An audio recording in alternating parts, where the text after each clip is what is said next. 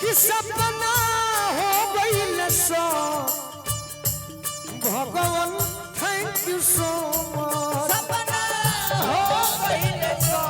भगवान thank you so much सपना हो गई सोच भगवान थैंक यू सो मच सपना हो गई सो भगवान थैंक यू सो मच रहु रे कृपा से हमारो एहसान हो गई संतोष भैया तोर से हो गई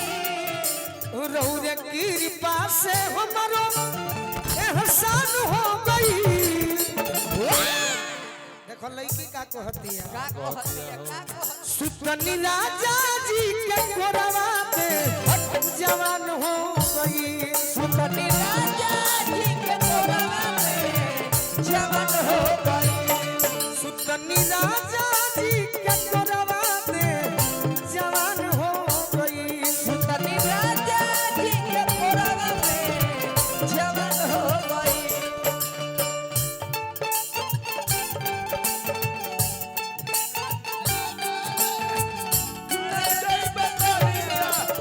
कितना सुंदर है नया हो नया सुतनी राजा जी के कोरवा पे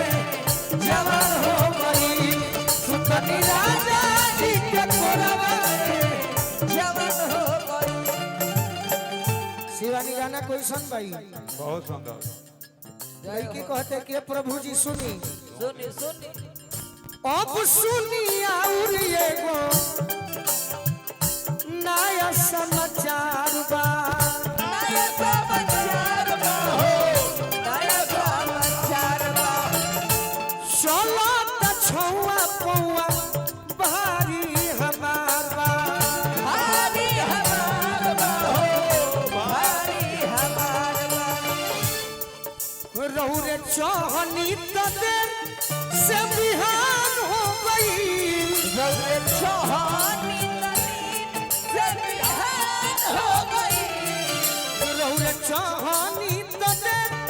से बिहान हो गई सुतनी राजा जी के कोरवा पे जवान हो गई सुतनी राजा जी के कोरवा में जवान हो गई सुतनी राजा जी के कोरवा पे जवान हो गई सुतनी राजा जी के कोरवा में जवान हो गई हटवा दी लाई हमारे बाजी दिक्कत जान करना कोई नहीं ना हमें है लाइट के पूरी कंट्रोल जान करो कोई नहीं ना बाहर के लोयला जय हो हमें लाइट बहरा में लाइट बंद करो। चैत में हमारा धान लागल बहरा वही गवना के डोली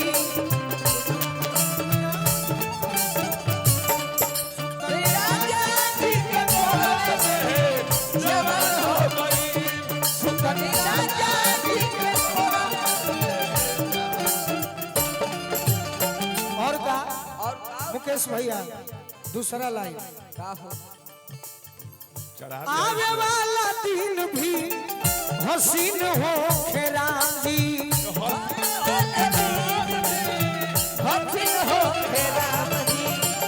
सोनू संग दिल संग करी प्रणाम जी कोरी प्रणाम जी कोरी प्रणाम जी पहिला राती गोलू हमारा वरदान हो गई पहिला राती गोलू हमारा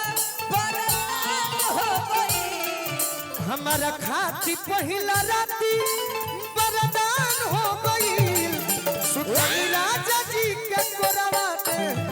जवान हो गई सुतनी राजा जी के कोरवा में जवान हो गई सुतनी राजा जी के कोरवा पे जवान हो गई सुतनी राजा जी के कोरवा में जवान हो गई और का और का हिमांशु राय जी की ओर से आशीर्वाद मिलल, संतोष भैया की ओर से आशीर्वाद मिलल। पूरा परिवार में खुशी के लहर बा।